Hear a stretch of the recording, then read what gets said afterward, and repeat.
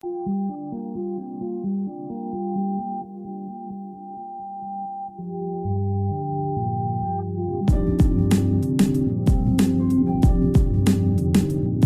hello and welcome to our episode number 44 of the Gutenberg Changelog podcast. In today's episode, we will talk about the Gutenberg 10.6 release, features coming to WordPress 5.8, and the theme settings you can now do control in the theme JSON file. I'm Birgit Pauli-Hart, curator at the Gutenberg Times. I'm here with my co-host, Grzegorz Stelkowski, JavaScript developer at Automatic and WordPress core contributors. Hey, Grzegorz, how you doing today? Hello, Birgit. I'm great. I must admit, I'm very excited to talk about another Gutenberg release that is full of amazing features and enhancements. How have you been? Oh, thank you. I'm well. This week I spent quite a bit of time testing this release, and you are right. There are some amazing changes coming to the block editor. But before we head into the deep end of that release, I want to share a conversation I had with listeners on Twitter. Keith Devon from High Rise Digital asked a general question on Twitter.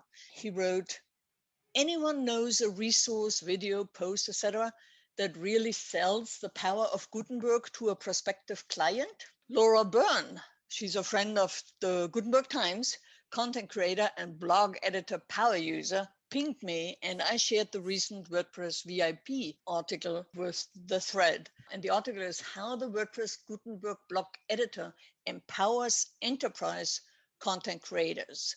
And that really can help out with all the arguments why your client should use and migrate to the block editor. Although useful, Keith actually found it understandably one-sided, and he was more looking for a direct comparison between the other third-party page builders. So, and I had to say, I haven't seen any publication that compared directly page builders with Elementor or Beaver Builder with Gutenberg. The block editor doesn't have any page building capabilities, and FSE, full site editing, won't be comparable with third-party page builders for many years to come. And then I remembered two articles by developers who replicated landing pages with Elementor and Gutenberg and compared the page load speeds of the final product. One was Kyle van Dusen with his post, damn, Gutenberg smokes Elementor, from January 21. And the other one was a little earlier by Munir Kumal, Gutenberg versus Elementor, HTML bloat, and he wrote it in July 2020. Yeah, it's interesting. I saw quite recently a YouTube video recorded in March this year, and this was about exactly the same approach. So there was a comparison between a theme that has version for Elementor and with Gutenberg, and Web Vitals metrics were scored much better for the version with Gutenberg.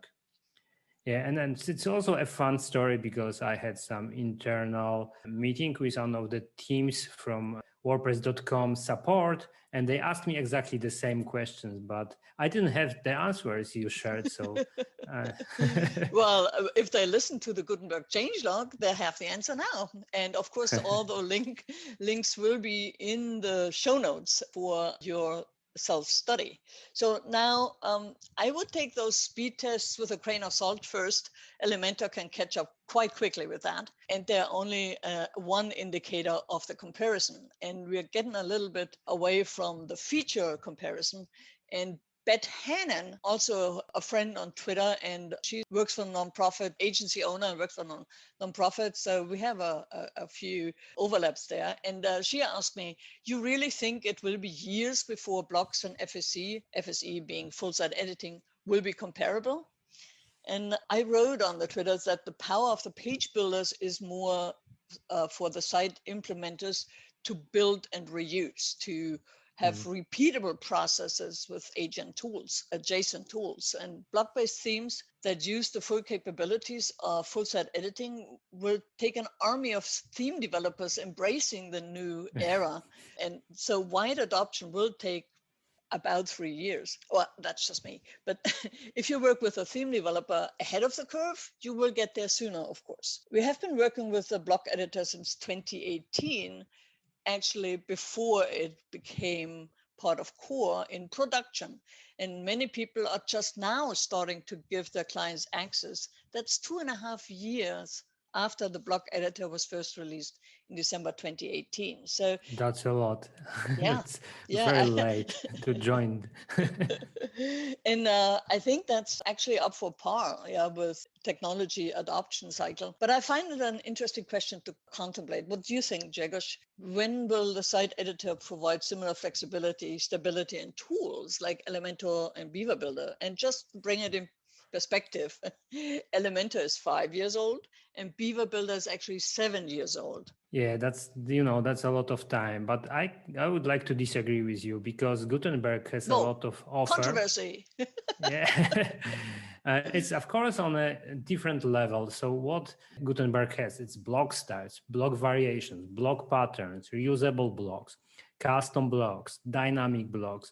Those are foundation that are in their first iteration, and I think that's something that gives the power to the community to build upon that and make the progress much faster that Elementor or Beaver Builder did on their own, developing independent solutions. So there will be block patterns directory that will allow you to import, export blocks and composition of blocks. And maybe it won't take so many years as you predict to build that. However, it definitely with the frequency of updates, we can see more features built on top of that inside the Gutenberg. But it might be years until the new tools are adapted, mastered, and extended upon. Yeah, that's fair enough. We have seen the creativity be sparked in the first phase of Gutenberg Oh with some yeah. great with some great plugins, and but we haven't seen many themes that yet embrace the full range of possibilities of the block editor. So maybe that group of extenders is not yet ready for it.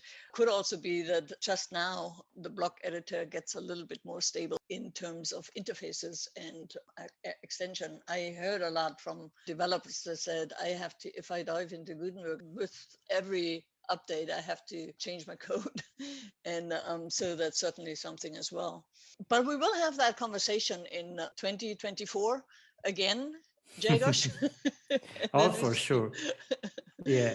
Also, all you just said reminds me about the rollout of the block editor after WordPress 5.0. It was exactly the same cycle. So people waited until everything became stable, tested on production before they jumped in and joined, the efforts to build great things on top of that. And I completely understand that because nobody wants to redo this their work all the time, especially in the case when people, by design, they need to rethink from scratch how they build teams using those new capabilities.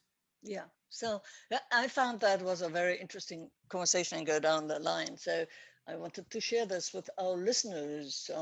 And if you have any questions or suggestions that we should talk about, you can send them via email to changelog@gutenbergtimes.com. That's changelog@gutenbergtimes.com, or just ping me on Twitter, and or my DMs are open. Jagosh, I know, is also open on DMs on Twitter. And yeah, so send them in. We are here for you.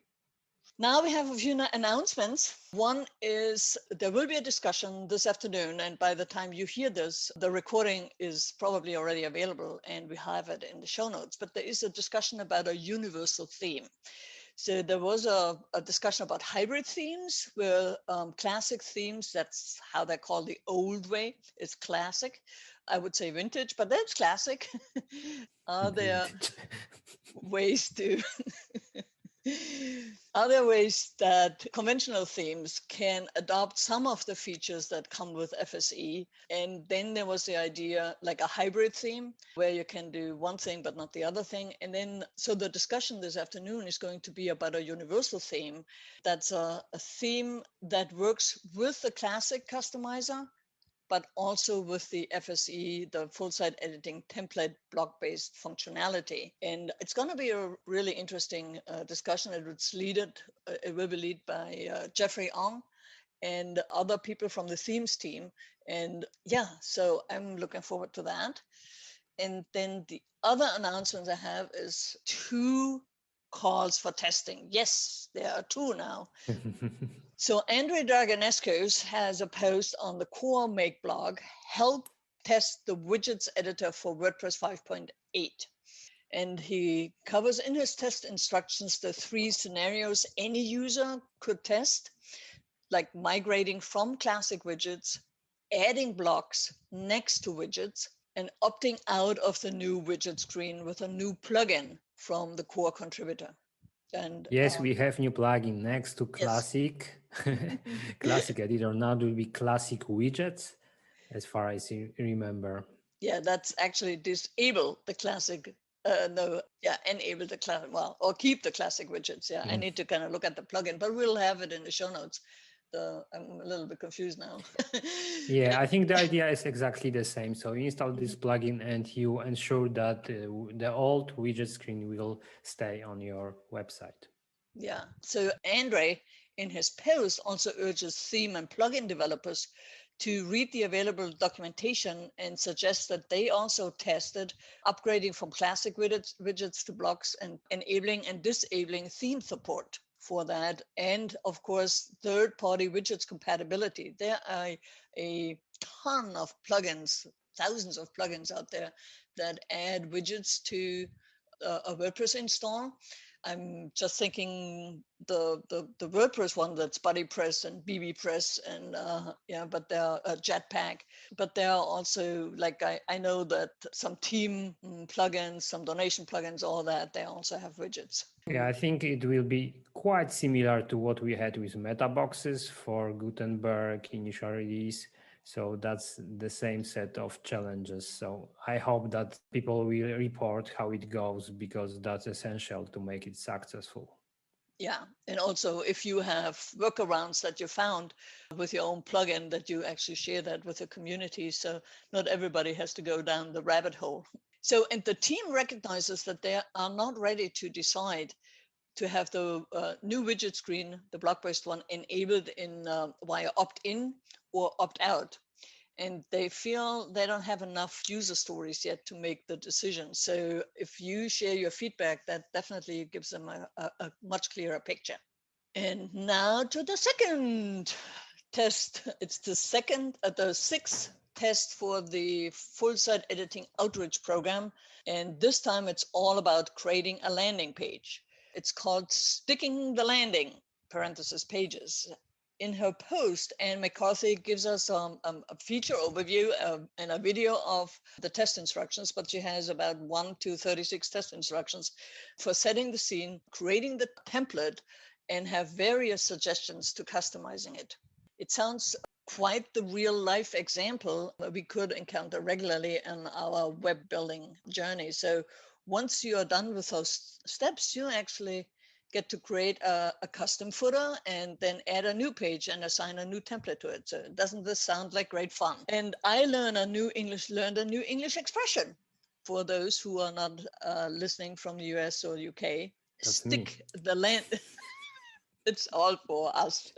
Stick the landing is the expression, and it comes from gymnastics or athletic routines when the athlete does a lot of whirls in the air and lands firmly and confidently on their feet, or an aviator who executes a flawless landing of the plane.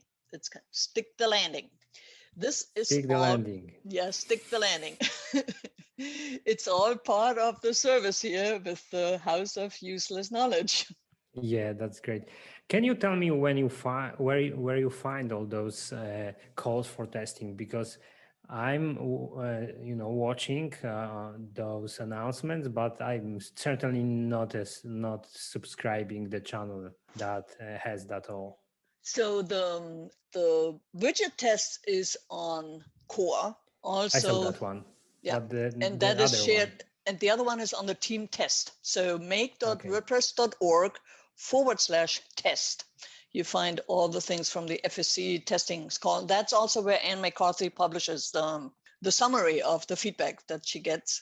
So, and those are great read too. Get a little bit into the inside baseball of developing the feature, but it's certainly interesting to learn.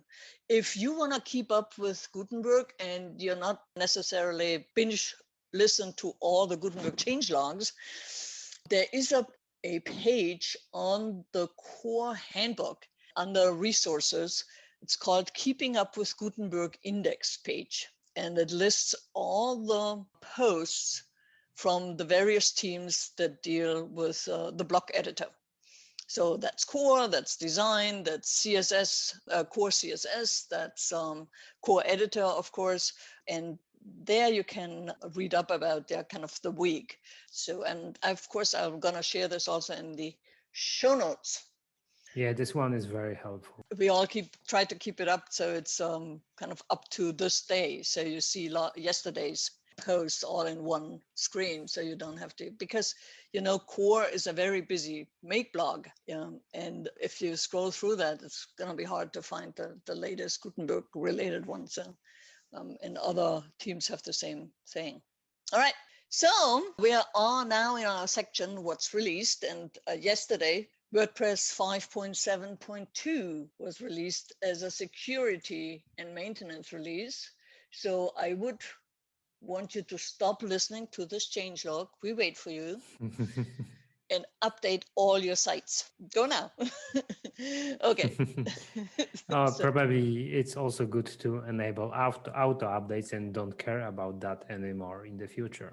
Good point. Good point. Thank you. So, do you want to start with Gutenberg release? Okay. And this brings us to the Gutenberg 10.6 release, which was led by Cohen van der Wingert. This is a community member that stepped in and helped with the release, and it was a second release that was led by someone outside of the Gutenberg core team. In the previous Gutenberg release, that was Ahit Bogra. And that's amazing that we finally get help from the community with wrangling all that work, because that takes a lot of time. So big shout out to both of them for helping. And I also wanted to remind that this is the second to last plugin release before feature freeze for 5.8 release that is scheduled for May 25th. Well, the overall feature freeze is May 25th. But it's a week earlier for Gutenberg, because everything that needs to get in there needs to be in 10.7 release candidate, and that's released on May 19th. So that's the feature freeze for that. Yeah, I mean, from my practice, we will do all we can just to ensure that all the features we planned are included, so we can add them a bit later. But they, of course, as you said, the first RC of the plugin will be almost a week earlier.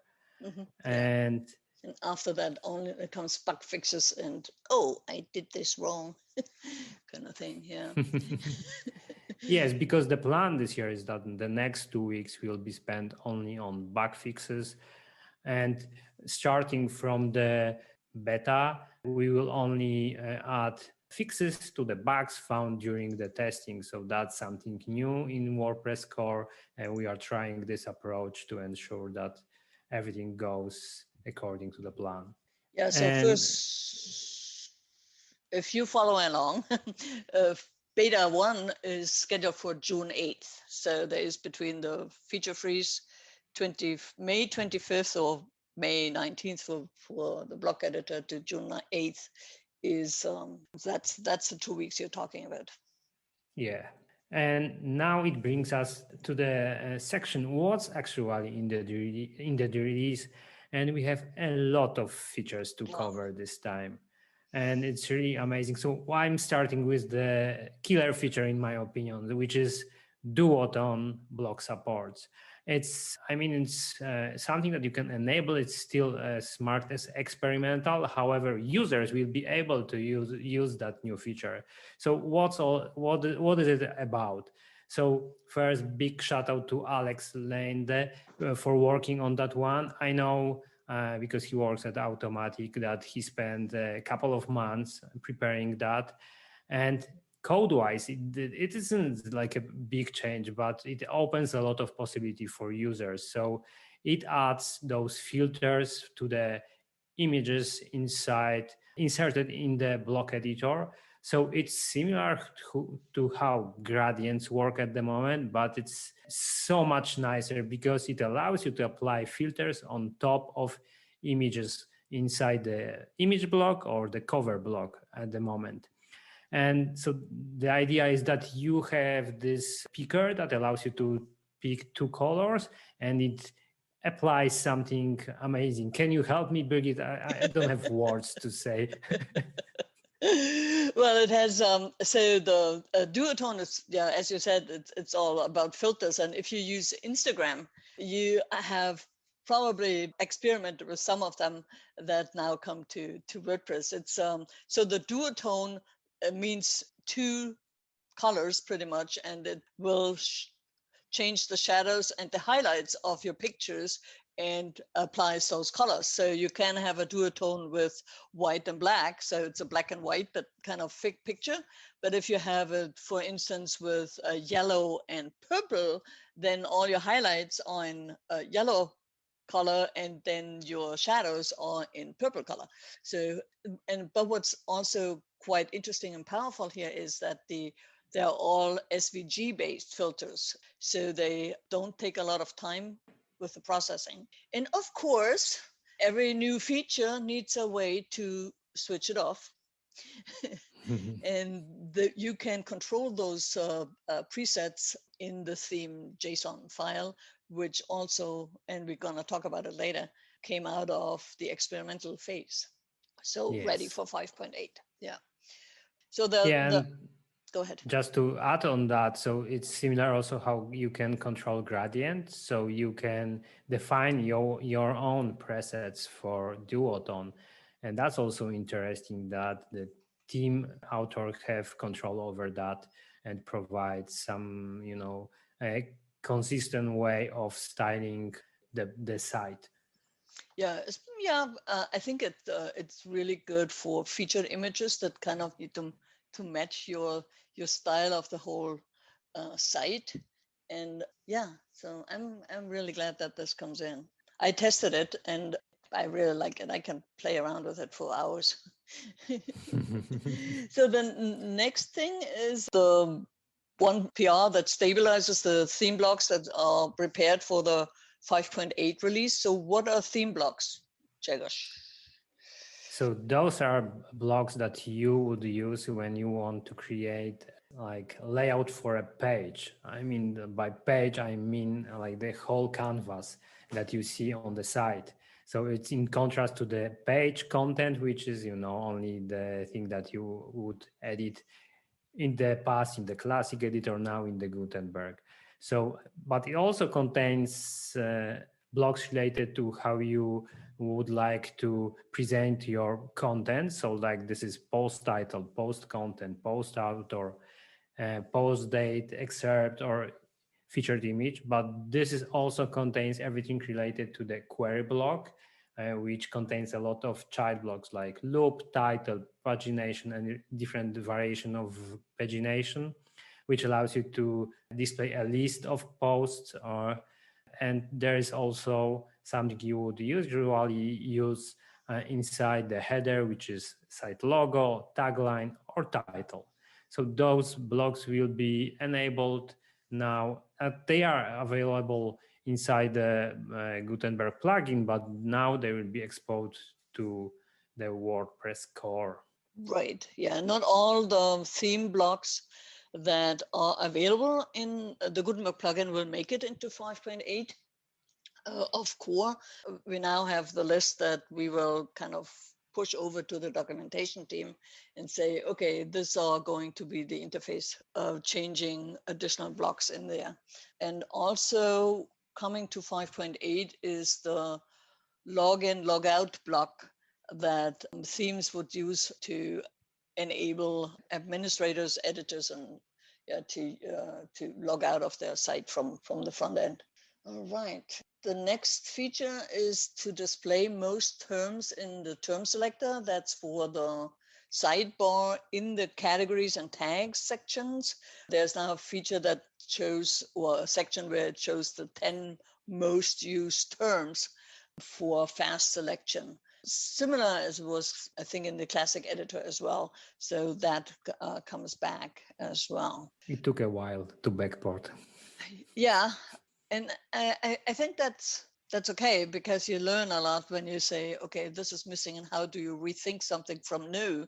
What if I wanted to do it new? Why would I change it? Yeah, because that's part of deciding on what is legacy and what doesn't come over as the, yeah. And I think the widget team went through that kind of thinking quite a bit in the last year, because otherwise the widget screen has changed quite a bit in what is possible and what's not. All right, so for the enhancements, the block editor added border support, spacing support. Spacing support means you don't have to use the spacer quite so much anymore. You can use the padding that is available for certain blocks. That's a huge change. There was so many complaints about the spacer block that it exists in the first place. And yeah, but it's finally something that we can solve because of global styles and the progress on that project. And I hope that in 5.9 WordPress major release, when we enable all the UI for all those controls, that will be the moment when everyone will be able to achieve all the goals without using CSS. Let's say in most of the cases, because there is always something you need to apply with CSS. Yeah, and I actually tested both features, the duotone as well as the padding. And I like how you can say, okay, I want padding 25 pixels around everything. Or you can say, I want 45 on top, 25 on the bottom, and left and right, I want 35. So you can unlink, and that's just a small button in the interface, but don't overlook it. And then it gives you more control over the sides and the padding of each side of the box. Very much, yeah. And we will have in the show notes also a link to the updated documentation of the theme JSON file, what can be in there, yeah, how it's formatted and all that. It's very interesting.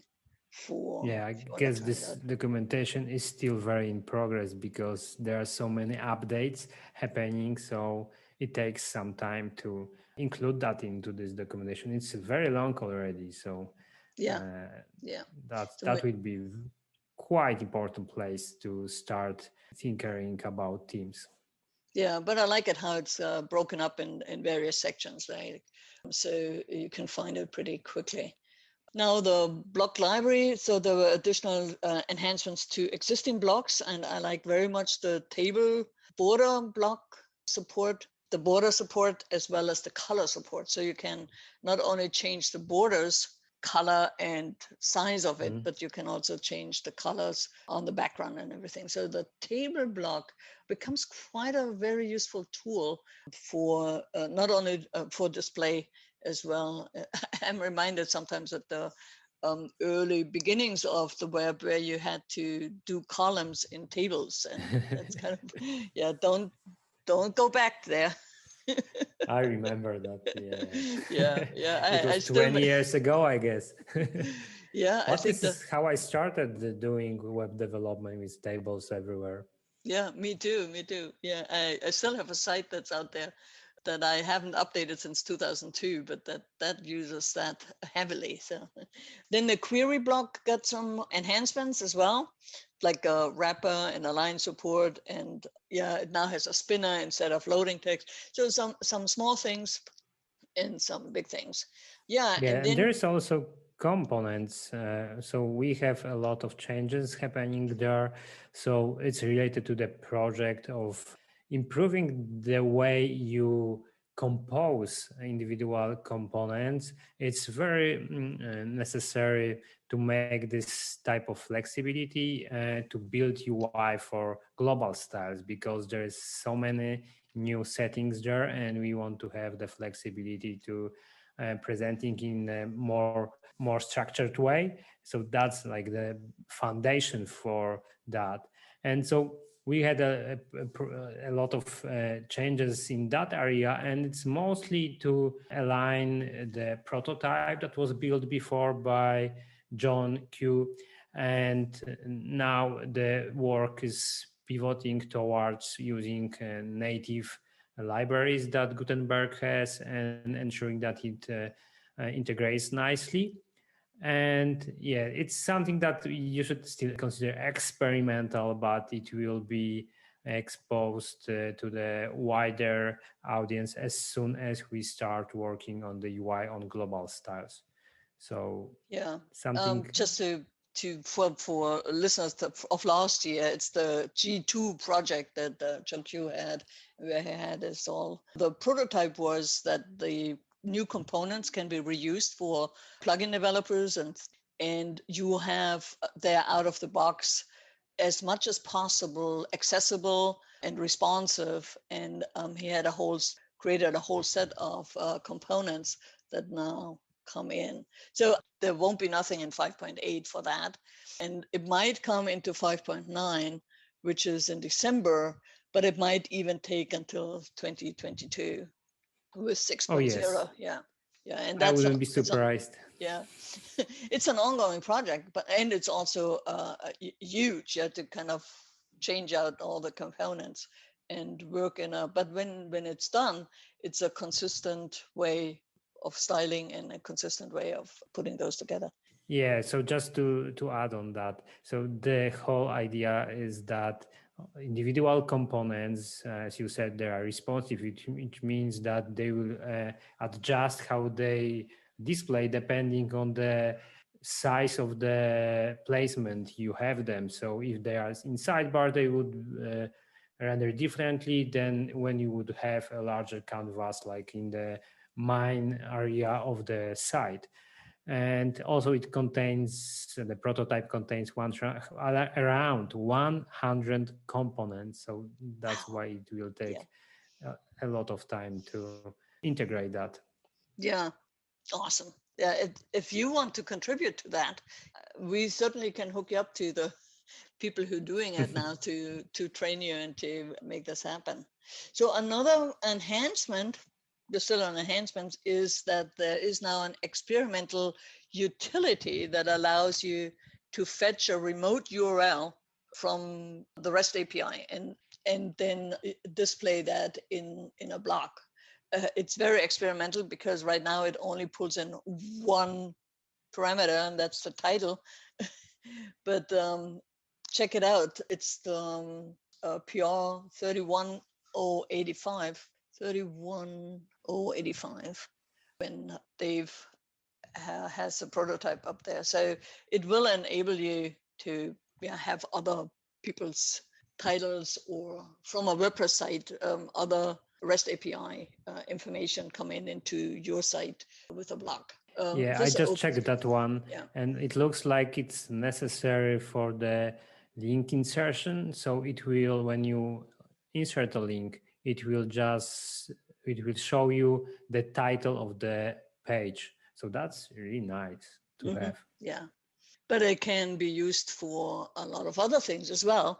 And every time I hear REST API, I said, oh, integration with other things. And I kind of, my mind goes all the way some other places. Yeah. So there's a small change on the interface, and there is this in the top toolbar, there is this pencil icon. And now where you can change the modes between edit and select, this icon is now called tools. It's a renaming. So that's where that went, just in case you were looking for it. And then is the next enhancement is something I really love, is the suggest block patterns in block placeholder states. That means that's just for the query block, right? Yes, we discussed that in the past, maybe about the progress of development, and now it's final. And it's only for the query block for now. But it's something that, if it clicks, that we could start using that for other blocks and maybe build even an API that will allow to integrate that easily with other blocks. Yeah, so what happens is you select the query block to come into the template or the page, and then it suggests different kind of patterns you want to organize the posts in that. So it has and it displays it in your theme's colors. Not sure if that is just because it's the color of the TT1 block or the 2021 theme that matches this up, but it's very slick, and it's, you don't have to come up with the creativity part where you say, okay, I want the title here and the picture here, and then the excerpts there, and then the tags. So you get a list of different formatting and layout suggestions with the query block. That's very nice. And kudos to Nick Sekuras, who worked on this quite a bit. Yeah, and there is one very technical change, which is the change that the template editor will be inside in an iframe. And it's similar to how the site editor works. You probably don't know about that, but it's something very important for plugin authors that build blogs, because that might have some impact on how CSS works, maybe also on some JavaScript if your blog uses that. So I encourage all the plugin authors to make sure that their blogs integrate nicely inside this template building screen. And yeah, reach out to us if you find any bugs so we could fix them. I think that's something that will eventually land inside the post content editor as a last step, but we are just trying to do small steps to ensure that we don't break anything. And I think this order of adding this integration works so well because we didn't have many reports for the site editing context. Yeah, and I think when yeah, go ahead. Yeah, I also wanted to share that kudos to Ella Van Durp, because she spent months doing refactoring to get us to this point, and it's a massive amount of work that was put to make that happen. Yeah, and I can see the benefits of this can be further in the future, because now that's an iframe and everything works in iframe, you can use the block editor also in other contexts. So you could, for instance, actually put them into a dashboard widget. Here's the word again, dashboard widget. When people log in, then they can just kind of get into the editor and do some new writing or something like that. That's, yeah, comes to mind immediately. Or if the block editor is used in a different content management system, it's probably easier to integrate it with an iframe than with pulling in the JavaScript library, all that.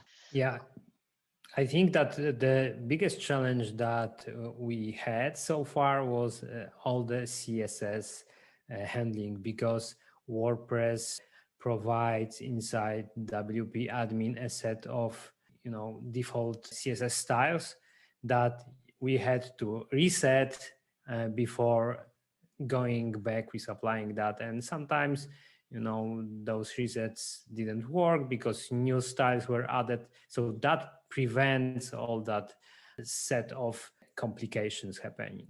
Excellent. Excellent. Yeah. All right. So the site tagline and the site title blocks, they got also equipped with padding and also with letter casing. So now you can have a choice between all caps or all small letters or title case or sentence case. Yeah. So this is important for people who are kind of opposed to do all caps and want to change it when they get it offered. Yeah. So what are the new APIs that come in, Jagos? Can you help us? Yes, we have three of them, and one of them is JavaScript based API to register blocks using block JSON format. So this is to bridge PHP and JavaScript, so you can share the block JSON and load that on the JS side.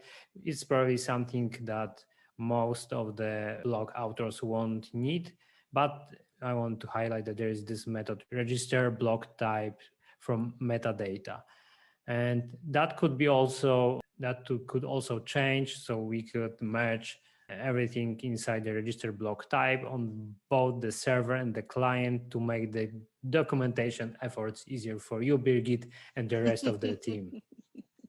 Well, thank you. Yes. Yeah. And the other change is pretty simple, but also related to block JSON. And so far, it was quite hard to register block variation on the server because one of the attributes is active, could be only represented as a JavaScript function. So what we did is that you can provide an array with the list of attributes you expect for a given block to determine whether the block is active or not. So if let's give an example. If you have a block that has attribute type and you give the type YouTube, it's let's say for the embed block. So when this attribute is equal embed, then YouTube, then that will display the icon for the YouTube and so on. And that's a way to make this API simpler. And Excellent. now we can move on to bug fixes. And there is 28 of them. Ooh. I personally didn't watch this space so far. I was so busy working on integration on the WordPress core side. So is there anything that you found interesting? Well, on the quick review here, I found that the button block now has the 100% width fixed, so it plays well with other buttons. That was kind of a quirk that you had to work around for it when you have a row of buttons.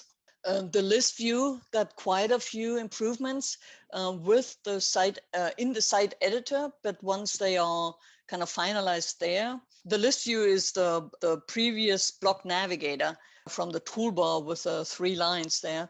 In the site editor, it now you can see it color coded. So if you're in a template part and it gives you color coded all the child blocks in there. And we can certainly use that also very well on the post editor. But right now it's tested for the site editor and will come to the post editor in a bit. There are some bug fixes for the themes. So, and especially one that the core block styles should not override the user added inline styles. And obviously it did before, and now the user has precedence over a core block style. So that That's a is a good relief. change. Yeah, that's a good change. Yeah, I found one. So this is for the post content block. And actually, that one was fun. So the way everything works is quite complex technically, but you could run into infinite recursion when you would insert inside the post content the query block that will contain the post content, and will just create this mirror effect when you use 2 mirrors and you see like so deep inside, and that's now fixed. And this is like third fix for blogs. So the other ones in the past were for the template part and for the reusable block. I hope that that's the last one. Yeah, about, was it a year? Maybe it's about already 2 years ago. Yeah, we found that infinite loop when you created a reusable block with the reusable block within the reusable block, and it wouldn't take long, and then your memory would kind of crash on the browser. And now the error message, I ran into this when I was testing it. It says block cannot be rendered inside itself. So Yes. yeah, preventing endless loop is a really good fun thing to do. Yeah, I think by design it doesn't look good on the UI, so just make sure that nobody tries to publish it on production. Yeah. Speaking of, memory issues, so there was one important performance change. So one thing that the core team noticed in the after several plugin releases, is that the performance has gone in the wrong direction. the time started to rise.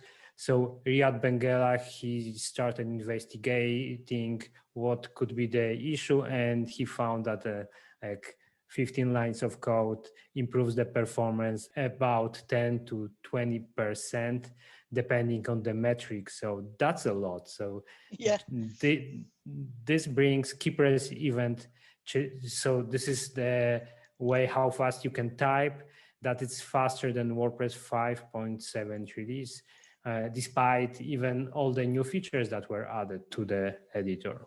Yeah, and on the core block, you remember there's always a performance benchmark, and you can see this quite a bit, how that changed. So the performance benchmark is that the test is with a particular sizable post, and that's 36,000 words and 1,000 blocks.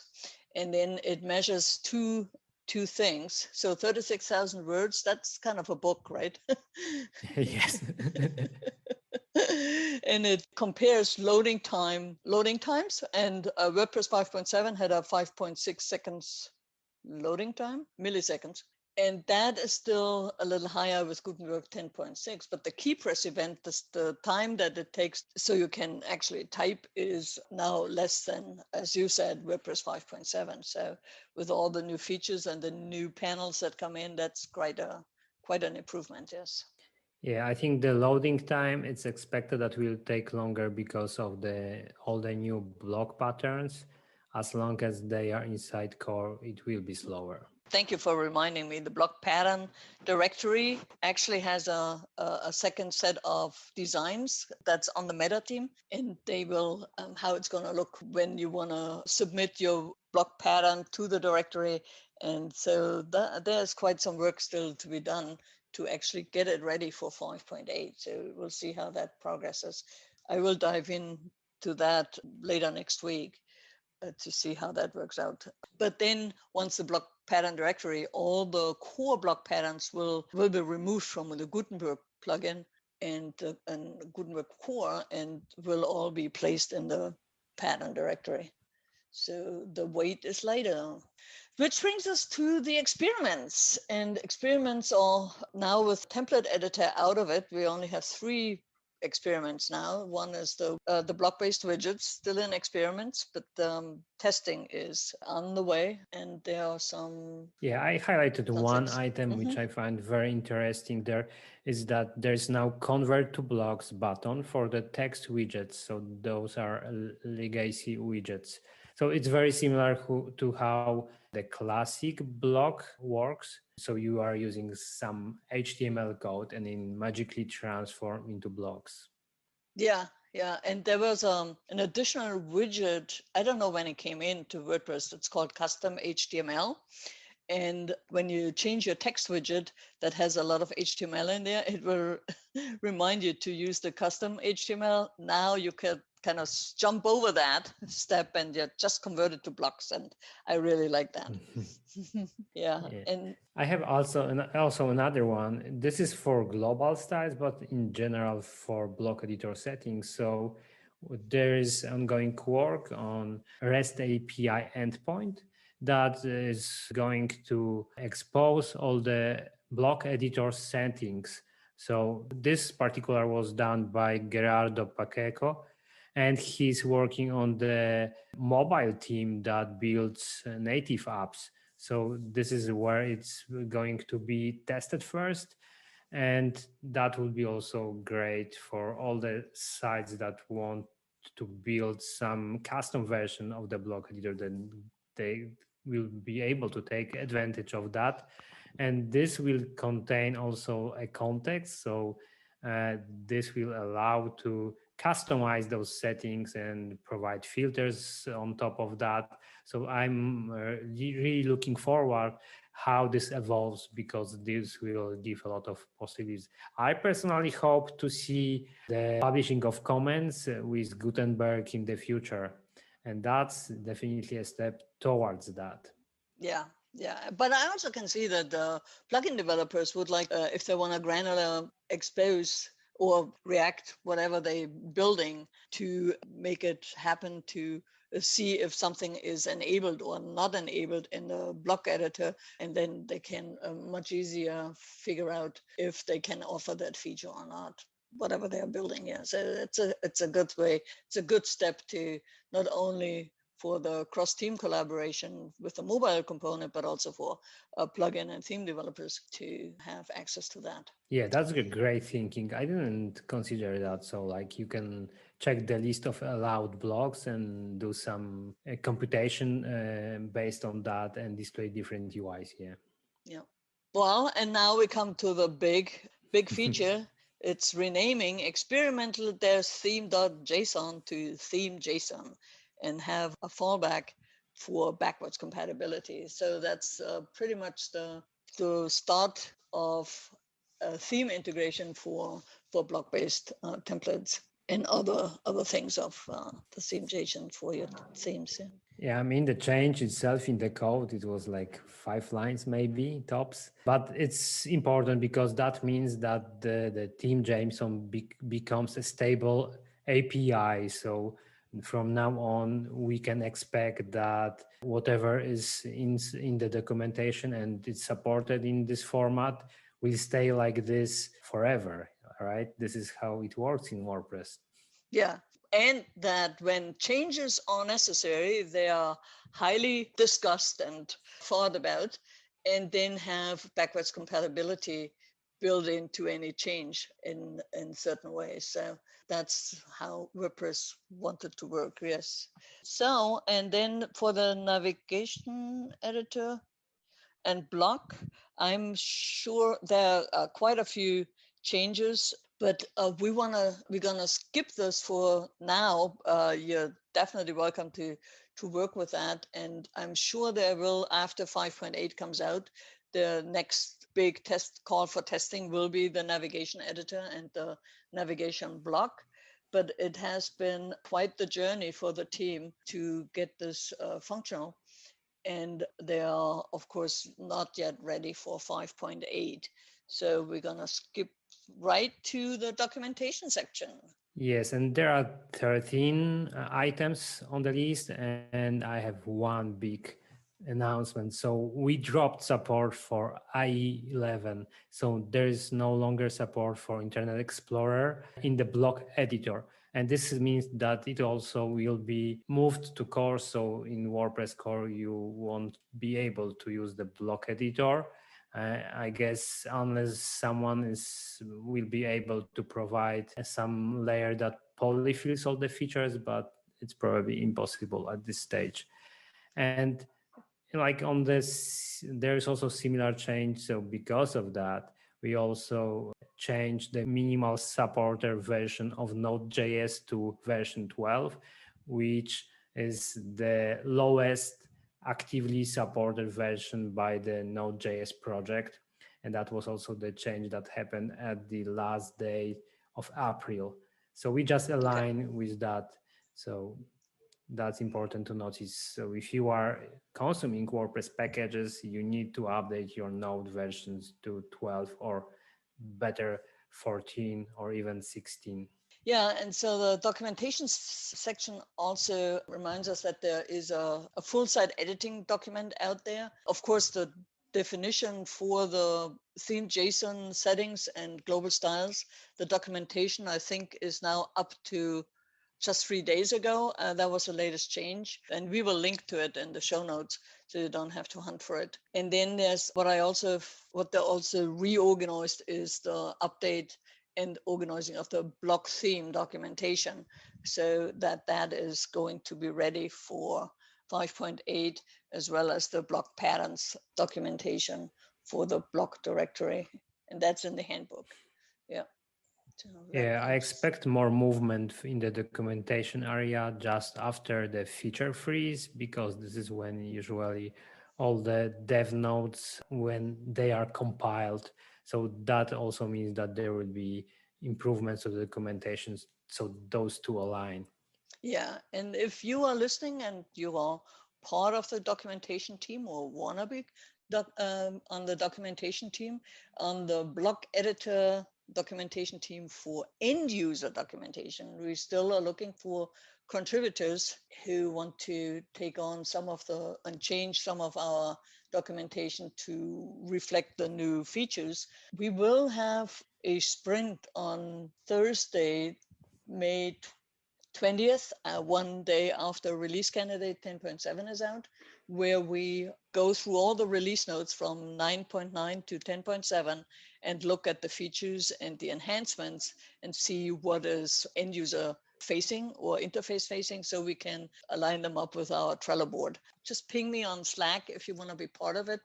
We will get you to the new contributor onboarding kind of place and see how you can help.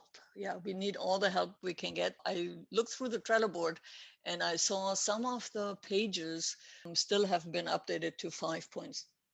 So it's 5.5, 5.6, 5.7, 5.8. Not every version actually has changes, but that's certainly something we need help with. All right, that brings us to, do you have anything to code quality section Yeah, on the there's components? 35 items 35, on wow. the list. Yeah, This release is also huge. I think that PRs is 216. 216. It's a big number of changes. And I don't have anything specific highlighted here. One thing that is, we talked about the G2 components, like the code name and the project. So there's a lot of progress on that one. That was mostly about removing the references to the prototype that we are using. So now all the code that is used is everything is now inside the Gutenberg repository, which is a good step towards. And we have like, I don't know, 20 or more components already there. And some of them were promoted to experimental. So they are exposed from the WordPress components package, which Right. means that inside the Gutenberg plugin, you could use them in theory, and they are just prefixed with underscore experimental, and they can change. So I'm just warning upfront about that. It's the usual way we expose something that is still in progress, so we can use in other places inside the block editor and Prototyping. validate our assumptions that we didn't do something that is unusable or something like that, Yeah, doesn't scale. yeah, There is a lot of. So we've yes. been very cautious about introducing new APIs after WordPress 5.0, the initial release, when we had to accept some design mistakes for the code, and now we are doing it on a much slower pace. Yeah, it's an ongoing effort.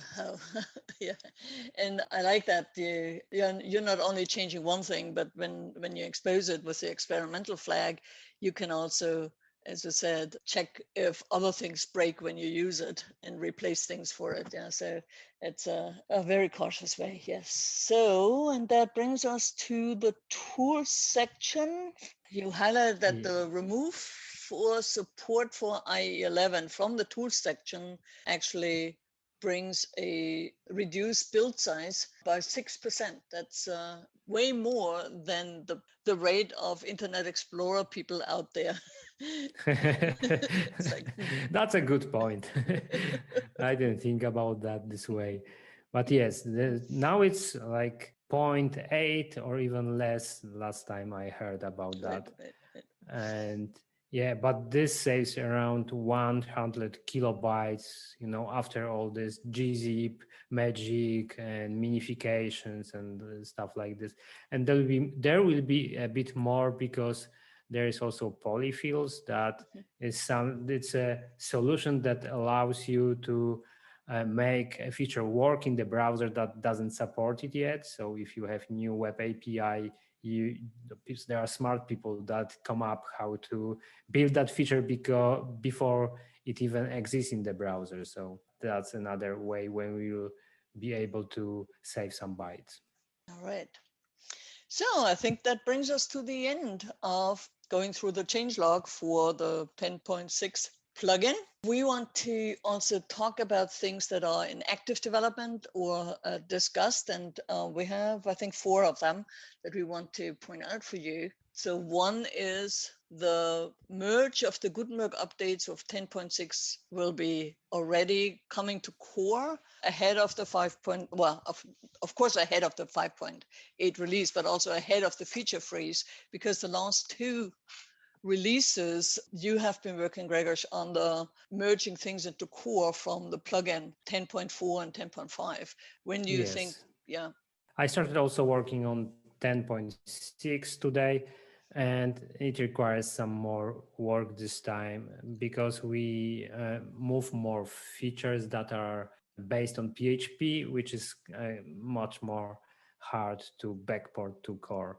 And that's one thing. And also there is an issue created by Riyadh Bengala that contains all the steps necessary to get us to WordPress 5.8. So those tasks are changes like bringing all the infrastructure for theme JSON, the theme blocks. This is what I'm working on right now, and all the work necessary for the widget editor and for the template editing in the post editor. And there is more. So definitely, if you want to see what's in works, check out this issue. Excellent. Yes. Riyadh Benguela also posted on his private blog an introduction to WordPress global styles and global settings. It's on his private blog because it's not officially part yet, and it's just part at the experimental phase and in the Gutenberg plugin, and won't come to WordPress in 5.8.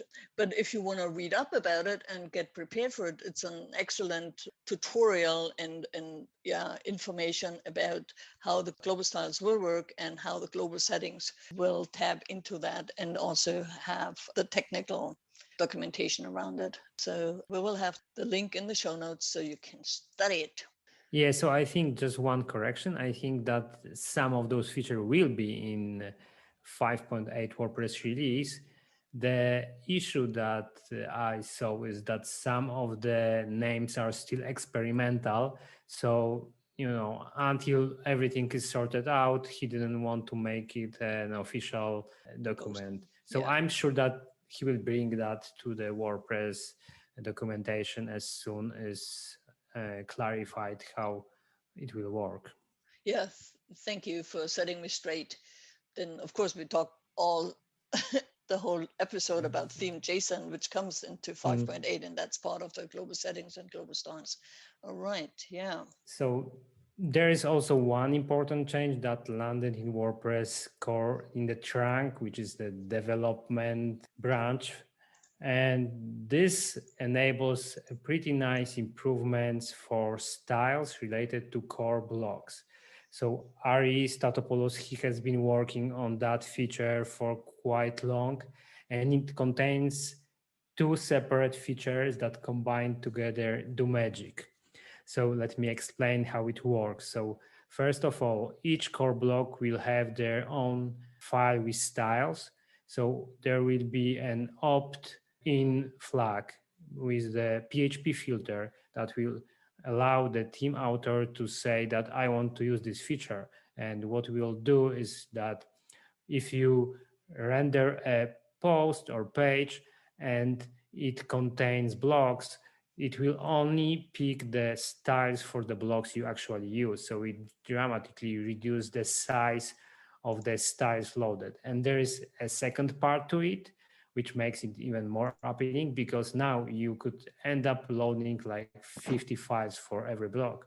So there is another filter that allows you to change the threshold for which those styles would be inlined into the HTML document. So it's set at 20 kilobytes, but every theme author or site owner can change that. And it will ensure that the performance boost gets also from the fact that those styles don't get encoded in the individual files. So big shout out to Ari for spending a lot of time tinkering and implementing that feature. And getting it in there for 5.8. Excellent. So we will share, of course, the the GitHub repo for that, where he has a more detailed explained, so you can kind of follow up on that. So that brings us to the end. I have only to remind everyone, there are 2 calls for testing, one to test the widget editor and the widget screen, and the other one to stick the landing for the landing pages on the full site editing for the template editor. As always, the show notes will be published on gutenbergtimes.com/podcast, and this is number 44. And if you have questions and suggestions, as I mentioned before, or news you want us to include, send them via email to changelog@gutenbergtimes.com. That's changelog@gutenbergtimes.com. And that's it. That's a big show today, but we had a lot of features to go through.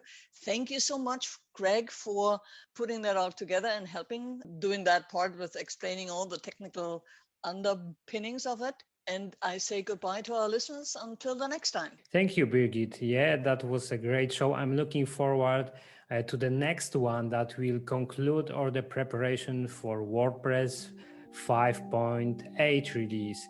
And that will be a great one to reveal what's actually getting in there. So see you in 2 weeks. Stay tuned. Bye-bye. Take care. Bye. Bye.